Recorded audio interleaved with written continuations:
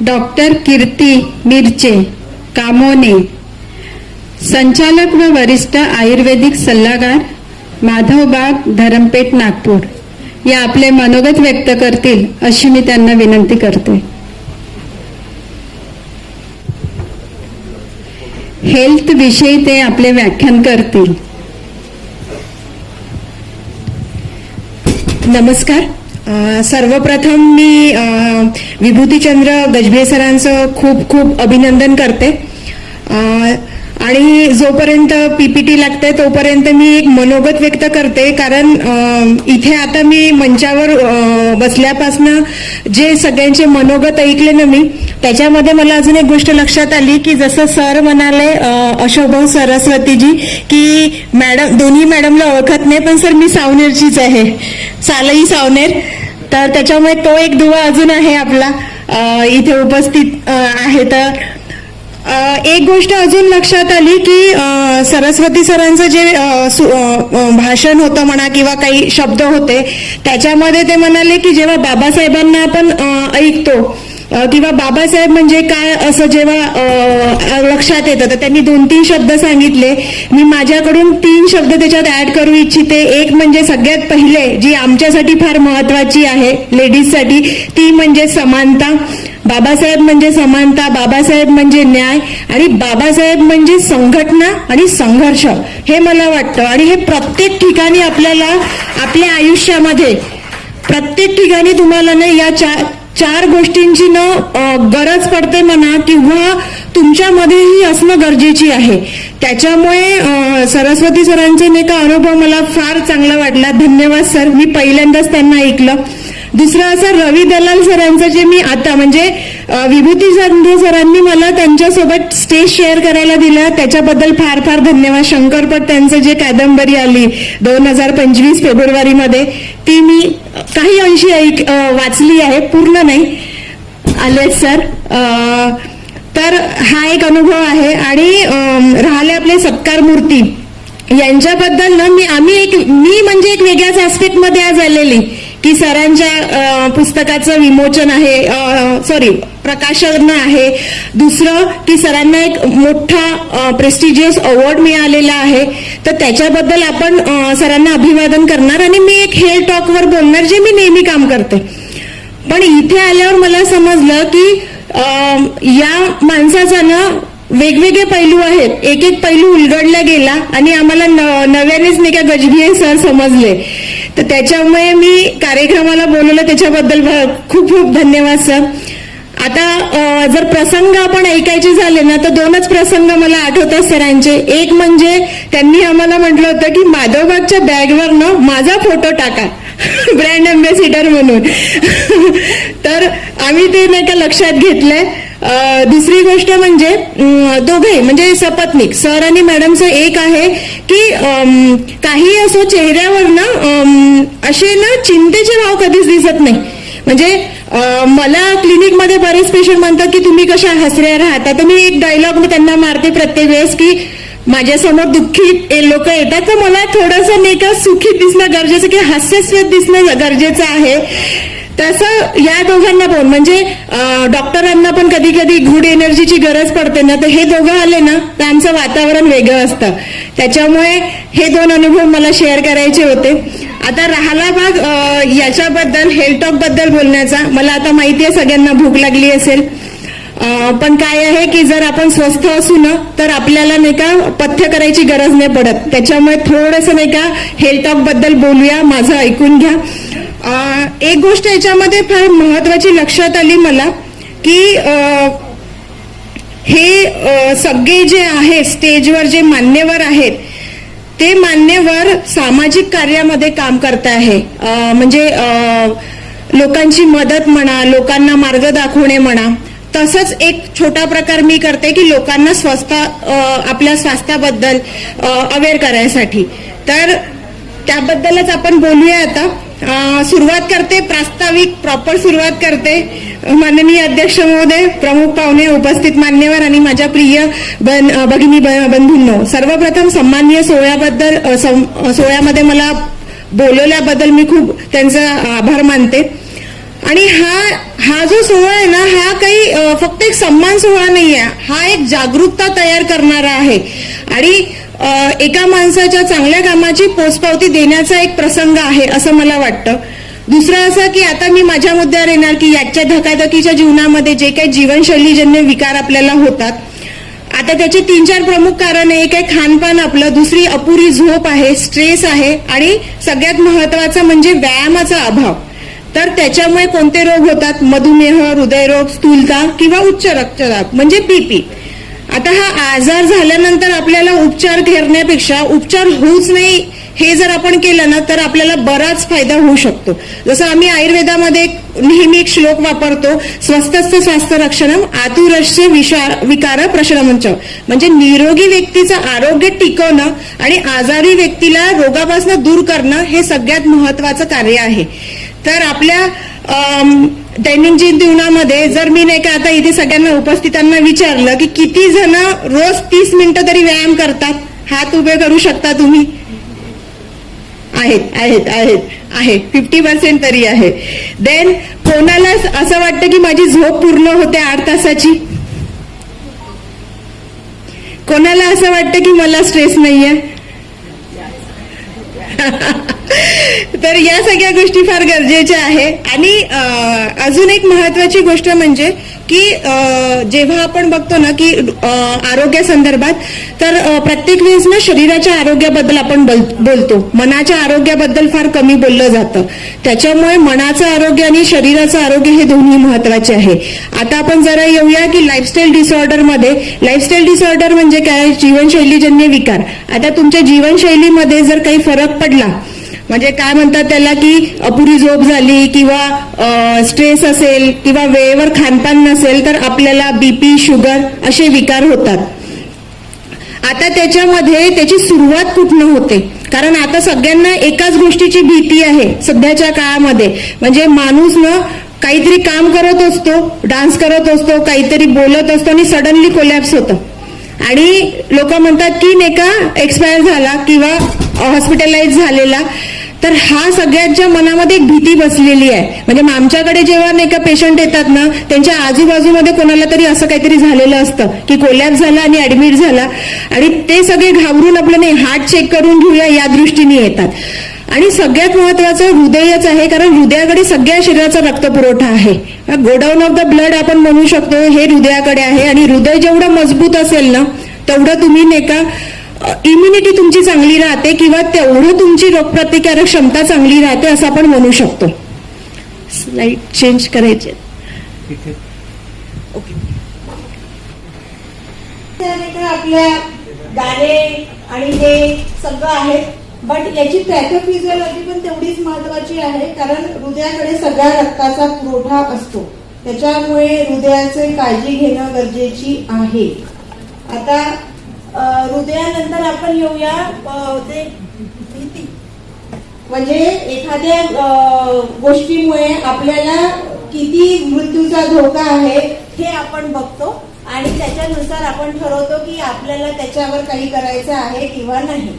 तर हृदयामुळे जो धोका आहे हार्ट डिसिजेस मध्ये, कारण जर भीती नसेल ना तर आपण त्या रोगाला काही सिरियस घेत नाही. तर हार्ट डिसिजेसमुळे 10.5% मॉर्टॅलिटी रेशो आहे, डायबिटीजमुळे 7.3, नंतर 6.3 आहे क्रॉनिक रेस्पिरेटरी डिसीज, ब्लड प्रेशरमुळे आहे 6%, कॅन्सरमुळे 5.6%, ज्याची सगळ्यात जास्त आता लोकांना असतं की याच्यामुळे कॅन्सरनी गेला म्हणून जे असतं, पण ते 5.6 म्हणजे हार्ट डिसिजेस पेक्षा अर्धेच लोक त्यांनी मरतात. आता नेक्स्ट आहे की आपल्या इंडियाची काय पोझिशन आहे आता हार्ट डिसिजेस मध्ये. इंडियाची पोझिशन अशी आहे की आपण हार्ट डिसिजेस कॅपिटल ऑलरेडी झालंय 2020 मध्ये. 2025 मध्ये आपण डायबेटीज आणि याचे कॉम्प्लिकेशन मध्ये जातो आहे. 2035 पर्यंत आपल्याकडे ओबेसिटी आणि काय म्हणतात त्याला पीसीओडी याची कॅपिटल बनण्याच्या आपण मार्गात आहे. आता या मार्गावरून आपल्याला वापस यायचं असेल तर समोर बघूया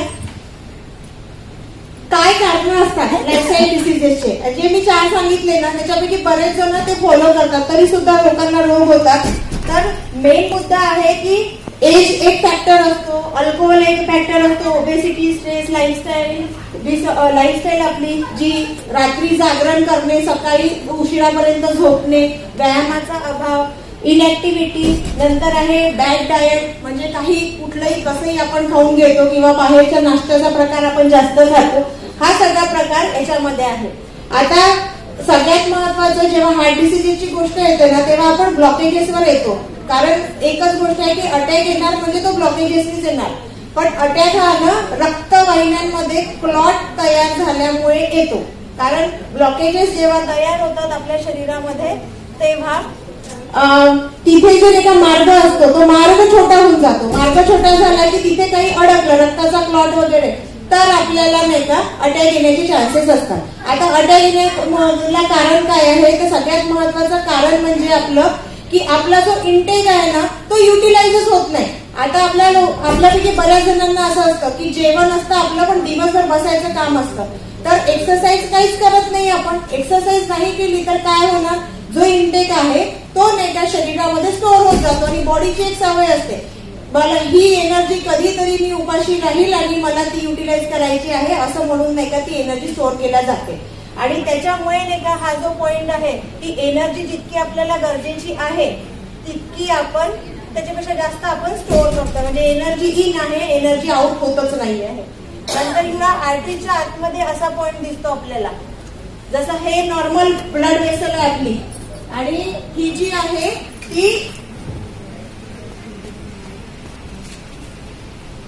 ही जी आहे ती नॉर्मल ब्लड वेसल, याच्या आतमध्ये काहीच नाही आहे आणि याच्या आतमध्ये बघा प्लाक तयार झालेला आहे.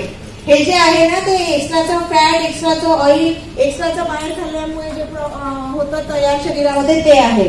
याच्यानंतर आर्टरीच्या बाबतीत झालं तर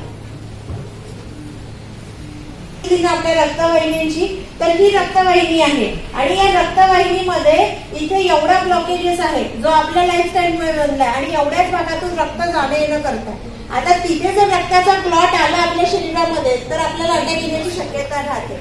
म्हणून या कंडिशन मध्ये आपल्याला इमर्जन्सी मध्ये मग ऍडमिट व्हावं लागतं. म्हणजे बघा ब्लडचा क्लॉट, फोटोजेनिक इमेज दाखवली आहे त्यांनी. आता जर अटॅक आला आपल्याला तर अटॅक मध्ये 3 गोष्टी महत्वाच्या असतात. एक आहे की पेशंटला अटॅक येतो त्याला लक्षात पण येत नाही. बऱ्याचदा आम्ही असं बघतो की पेशंटच्या ईसीजी मध्ये नंतर 6 महिन्यांनी वगैरे चेंजेस दिसतात आणि आम्ही पेशंटला विचारतो की तुम्हाला कधी त्रास झाला का, ते म्हणतात काही नाही, फक्त एखाद्या वेळेस सिव्हिअर ऍसिडिटी झाली होती. तर सर्वाईव्ह होतात. सेकंड याच्यामध्ये पेशंटला अटॅक आल्यानंतर पेशंट एक्सपायर होतो, म्हणजे एकदम वर्स्ट कंडिशन मध्ये की त्याला लक्षातच आलं नाही आणि गेला. आणि लास्ट आहे की पेशंटला हॉस्पिटलाइज करून घेतला आपण आणि पेशंट सर्वाईव्ह झाला. तर या 3 कंडिशन हार्ट अटॅक मध्ये येतात. ही एक एंजिओग्राफीची फोटो आहे ज्याच्यामध्ये आपल्याला ब्लॉकेज दिसतात आहे. जसं इथे कमी दिसतात आहे तिथे नाही का जिथे जिथे अडकलेलं दिसत आहे ना ते एंजिओग्राफीचे रिपोर्ट्स आहे. आता ब्लॉकेजेससाठी व्हॅसोडायलेशन फार महत्वाचं असतं. म्हणजे आपल्या शरीराची एक रक्तवाहिन्यांची एक क्षमता असते की ज्याच्यामध्ये आपले नाही का रक्तवाहिन्या छोट्या मोठ्या होतात. म्हणजे तुम्हाला जर एक्सरसाइज करायची असेल तर रक्तवाहिन्या मोठ्या होतात आणि आपल्याला रक्तपुरवठा जास्त येतो. आपल्याला जर बसून असेल आपण तर रक्तवाहिन्या छोट्या होतात, ते इलास्टिक असतात. त्याची इलास्टिसिटी मेंटेन करणं गरजेचं आहे. आता येऊया आपण की आपल्याला माहिती कसं पडेल की आपल्याला हार्ट डिसीजेस किंवा दुसरे कोणते व्याधी झालेले लाईफस्टाईल मधले. तर एक VO2 max नावाचं एक युनिट असतं ज्याच्यामध्ये आपल्या हार्टमध्ये किती ऑक्सिजन युक्त रक्त चाललंय ते माहिती होतं. तर ती टेस्ट म्हणजे ट्रेडमिल टेस्ट किंवा स्ट्रेस टेस्ट या फॉर्म मध्ये आपण करू शकतो आणि त्याच्यात आपल्याला बऱ्याचशा गोष्टी लक्षात येतात. नंतर आहे की आपण काय काळजी घ्यायला पाहिजे आपल्याला हृदयरोग होऊ नये म्हणून. सगळ्यात महत्वाचं आहे रक्तवाहिन्या आल्या तर व्हिटॅमिन C आलं तर तुम्ही व्हिटॅमिन C युक्त औषधं किंवा पदार्थ घ्यायला पाहिजे. जसं निंबू आहे, सायडर जेवढे आंबट आपले पदार्थ आहेत त्याच्यामध्ये व्हिटॅमिन C आढळतं. याच्यानंतर आहे की आता डिसीज कंट्रोल करणं काय गरजेचं आहे. बऱ्याच जणांना असं होतं जेव्हा होईल तेव्हा बघू, एक तर गोळी लागते मग काय होणार आहे त्यांनी. पण ती सुरुवात एक गोळीची नाहीये. कारण बरेच लोक तुम्ही आजूबाजूला बघितले असेल ना तर एक गोळीपासून सुरू होतात, इन्सुलिन पर्यंत थांबतात डायबेटीस मध्ये, हार्ट मध्ये एका गोळीपासून सुरू करतात आणि नंतर सर्जरी पर्यंत थांबतात. तर आपल्याला इथे कुठेतरी आपल्याला आपल्या शरीराची काळजी घेणं गरजेचं आहे की आपण त्या सर्जरी किंवा इन्सुलिन पर्यंत पोहोचू नये म्हणून. तर याच्यासाठी आपण काय करू शकतो, तर आपली इम्युनिटी पॉवर आपल्याला वाढवायची आहे. दुसरं असं आहे की डिसीजेस जे आहे ना ते एकच नाही, म्हणजे बीपी बऱ्याच लोकांना तर व्याधीच वाटत नाही, पण हे नेहमी लक्षात ठेवा, जेव्हा आपल्याला बीपी होतं ना तर आपल्याला हार्ट मध्ये पूर्ण चेंजेस झालेले असतात आणि आपण कोणत्या तरी मोठ्या हृदयरोगाकडे चाललेलो असतो. त्याच्यामुळे खूप लाईटली न घेता सायलेंट किलर आपण त्यांना म्हणू शकतो. Diabetes is a silent killer. तो स्वतः काही करत नाही पण तो सगळ्या लोकांना बिघडवतो, आपल्या ऑर्गन्सला, आणि आपापल्या कामाला लावतो त्यांना, आणि आपल्या शरीरात बदल घडतात. नंतर आहे की फॅमिली लाईफ आपली डिस्टर्ब होते, त्याच्यामध्ये कॉस्टिंग इश्यू असतात, त्याच्यामुळे रोग होऊ नये हे आपल्याला कंट्रोल करणं फार गरजेचं आहे. आता याच्यामध्ये 2 पॉइंट आहे. एक तर तुम्ही नाही का जसं आहे तसं सुरू ठेवू शकता, किंवा मग असं करू शकता की मला हा डिसीज बरा करायचा आहे. आता डिसीज बरा करायचा जेव्हा प्रश्न येतो ना आपल्याला, तेव्हा आपल्या याच्यामध्ये एक महत्वाची गोष्ट आहे की डिसीज ज्या दृष्टीने झालेला आहे आपला, त्याच दृष्टीने आपल्याला वापस यायचं आहे. म्हणजे आपण अपत्य आहार विहार केला, आपण व्यायाम केला नाही, आपण खानपान व्यवस्थित ठेवलेलं नाही, तर आपण स्ट्रेसफुल मध्ये राहिलो किंवा झोप झाली नाही, तर आपल्याला एखादा रोग झाला, गोळ्या सुरू झाल्या, त्याच पद्धतीने आपल्याला सगळे करेक्शन्स करून मग आपल्याला परत डिसीज नाही या कंडिशन मध्ये यायचं आहे. तर बऱ्याच लोकांनी ऐकलं असेल, माधवबागमध्ये आम्ही डिसीज रिव्हर्सलवर बोलतो, म्हणजे डिसीज मॅनेजमेंटवर नाही बोलत की एक गोळी सुरू ठेवा आयुष्यभर जोपर्यंत तुम्हाला बीपी, असं नाहीये. आपण ट्रीटमेंटमध्ये तुमची अशी मदत करतो की तुमच्या गोळ्या त्याच्यामध्ये बंद होऊ शकतात, तुमचे सगळे पॅरामीटर नॉर्मल येतात, इन्सुलिन सुद्धा बंद होऊ शकतं. त्याच्यामुळे डिसीज रिव्हर्सलला फार महत्व आहे. आता एनर्जी इन एनर्जी आउट मध्ये आपण एनर्जी इन करण्यापेक्षा आपण एनर्जी आउट करणार, तेव्हाच आपले रोग बरे होतील. त्या दृष्टीने अजून एक गोष्ट महत्वाची आहे की रिव्हर्सल मध्ये म्हणजे कोणताही डिसीज जर आपल्याला झाला ना तर आम्ही त्याच्यामध्ये पंचकर्म ट्रीटमेंट करतो, जी आयुर्वेदाची बेसिक थेरपी आहे, ज्याच्यात स्नेहन, स्वेदन आणि बस्ती ट्रीटमेंट असते. त्याचा तुम्हाला फायदा होतो की डिटॉक्सिफिकेशन होतं शरीराचं. दुसरी महत्वाची गोष्ट की त्याच्यात तुमचे रोग संदर्भात औषधं दिले जातात, तर तुम्हाला त्याचा फायदा होतो. आता अशी थेरपी असते ती. त्याच्यानंतर येऊया सगळ्यात महत्वाचा पार्ट म्हणजे स्ट्रेस. जो कोणी म्हणत असेल की मला स्ट्रेस नाहीये, तरी सुद्धा सबकॉन्शियस माइंड मध्ये स्ट्रेस असतोच. ते म्हणतात ना की जे लोक नाही चिंतत ते मन चिंतत आपलं, तर ते तसा प्रकार आहे. ही किडनी आहे, किडनीच्या वरती ऍड्रिनल ग्लँड असते. हिचं काम असतं की कॉर्टिसॉल लेवल म्हणजे स्ट्रेस हॉर्मोन सिक्रेट करणे. आपण कधी पण टेन्शन मध्ये किंवा घाबरलेल्या स्थितीत राहू तर हे कॉर्टिसॉल लेवल वाढतं, आणि कॉर्टिसॉल वाढलं की रक्तामध्ये गाठी तयार होणं सुरू होतात, आणि गाठी या कमी साईजच्या बनले पाहिजे, तरच आपण निरोगी राहू शकतो. आता येऊया मदत जी आपण करतो ती योगासनं आपल्याला फार मदत करतात. कारण प्रत्येकच गोष्ट ही मेडिसिननी साध्य होण्यासारखी नाही, काही गोष्टींची आपल्याला सवय असायला पाहिजे. तर त्याच्यामध्ये योगामध्ये मकरासन आहे, शवासन आहे, पश्चिमोत्तासन आहे किंवा वज्रासन आहे, भुजंगासन आहे. हे लाईफस्टाईल डिसऑर्डर मध्ये प्लस हार्ट डिसीजेस मध्ये खूप चांगलं काम करतात आणि तुम्हाला बऱ्याच वर्षी मदत करतील. हे ज्यांना झालाय हार्ट डिसीज ते पण करू शकतात, ज्यांना नाही झालाय ते पण करू शकतात, आणि ज्यांना असं वाटतं की होऊ नये ते पण करू शकतात. आता माधवबागचं काय महत्व आहे, तर माधवबागचे आमचे जे पेपर प्रेझेंटेशन आहे ते सर्क्युलेशन म्हणजे हे मोठं एक, जसं सरांना फेलोशिप मिळाली आहे तसं आमचं हेल्थ सेक्टर मध्ये हे एक मोठं असं जनरल आहे, ज्याच्यामध्ये जर तुमचे पेपर प्रेझेंटेशन झालं तर खूप मान्यता होते त्या गोष्टीची. तर तसं आमचं पेपर प्रेझेंटेशन झालेले आहे. दुसरं डायबेटीस रिव्हर्सल सेम प्रेझेंटेशन झालेलं आहे. अचिव्हमेंट काय आहेत, तर 10 लाख पेशंट आम्ही ठीक केलेले आहे आतापर्यंत, रिव्हर्स केलेले आहेत. ते फार मोठं अचिव्हमेंट आहे. आणि आमची डॉक्टरांची टीम आहे नागपुरामध्ये. या 2 ठिकाणी तुम्ही बिलकुल तुमच्या हार्टला जर काही होऊ नये किंवा झालेलं आहे का बघायचं असेल तरी तुम्ही रीच आउट करू शकता. अजून एक गोष्ट सांगते की प्रत्येक ठिकाणी आपण पहिले आपल्या स्वास्थ्याचा विचार केला पाहिजे आणि त्याच्यानंतर आपल्या बाकी गोष्टीचा विचार केला पाहिजे. एक महत्वाचं अजून सांगायचं आहे की आम्ही रेग्युलर बेसिसवर दोन्ही क्लिनिकला, धरणपेठ माधवबाग क्लिनिक आणि बैरांगी टाउन क्लिनिक इथे कमी कॅम्पच्या कॉस्टमध्ये blood test, BMD bone density test आणि पेरिफेरल न्यूरोपॅथीचे कॅम्प करत असतो. जर कसं कोणाला वाटत असेल तर तुम्ही तिथे करू शकता. आणि कार्यक्रमाबद्दल मला बोलवलं त्याच्याबद्दल आभार. एक फक्त मला शायरी म्हणायची असेल ती म्हणून द्या, मग संपवते.